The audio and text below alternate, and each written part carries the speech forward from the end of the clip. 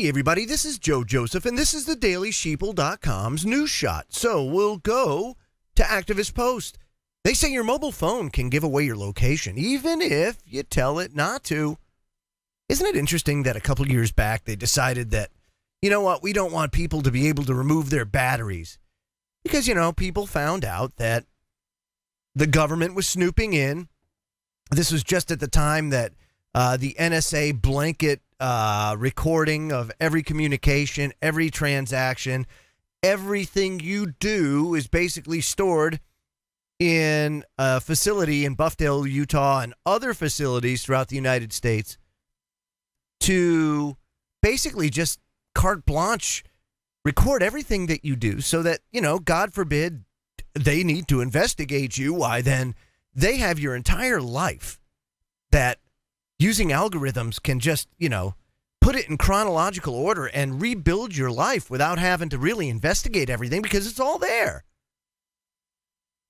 But recently, their practices have actually come back to bite them in the tuchus. It says here, U.S. military officials were recently caught off guard by revelations that service members' digital fitness trackers were storing the locations of their workouts, including at or near military bases and clandestine sites around the world. But the threat, my friends, is not limited to Fitbits and similar devices. No, no, no, no, no. The group's recent research has shown how mobile phones can also track their users through stores and cities around the world, even when the users turn off the location tracking services. The vulnerability comes from the wide range of sensors phones are equipped with, not just GPS and communication interfaces, but gyroscopes and accelerometers that can tell whether a phone is being held upright or on its side and can measure other movements too. Now, these apps, the phone can use the sensors, the apps, the sensors, to perform tasks that users really don't come to expect. Like, for example, following a user's movements turn by turn along city streets. Now, most people expect that turning their phone location services off disable their phone's, quasi-mobile surveillance, I guess you could call it. But Sashank Naren, Triet Von Hu, and Ken Block, and others at Northeastern University actually conducted some research in this in a field called side channel attacks that uncovers ways that apps can avoid or escape those restrictions. And what these people found out was how a phone can actually listen in on a user's finger typing to discover a secret password, and how simply carrying a phone in your pocket can tell data companies where you are and where you're going.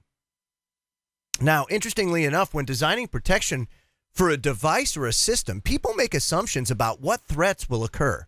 Cars are designed to protect their occupants from crashes with other cars, you know, because that's kind of what we anticipate. Even like buildings and telephone poles, other stationary objects. But they're not designed to keep people safe in cars when they're driven off a cliff or smashed by a huge rock dropped on them, right? You know, like the Warner Brothers cartoons, like the Wile E. Coyote. They don't anticipate many of these types of incidents, so they don't design it in. So they're not designed that way, right? Because it's not cost effective, and there's not much value added to people.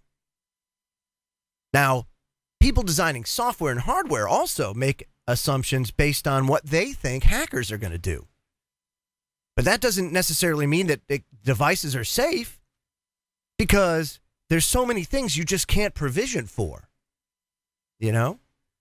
It says here, one of the first side channel attacks was identified back in 1996 by cryptographer Paul Kocher, who showed he could break popular and supposedly secure crypto systems by carefully thinking how long it took a computer to decrypt an encrypted message.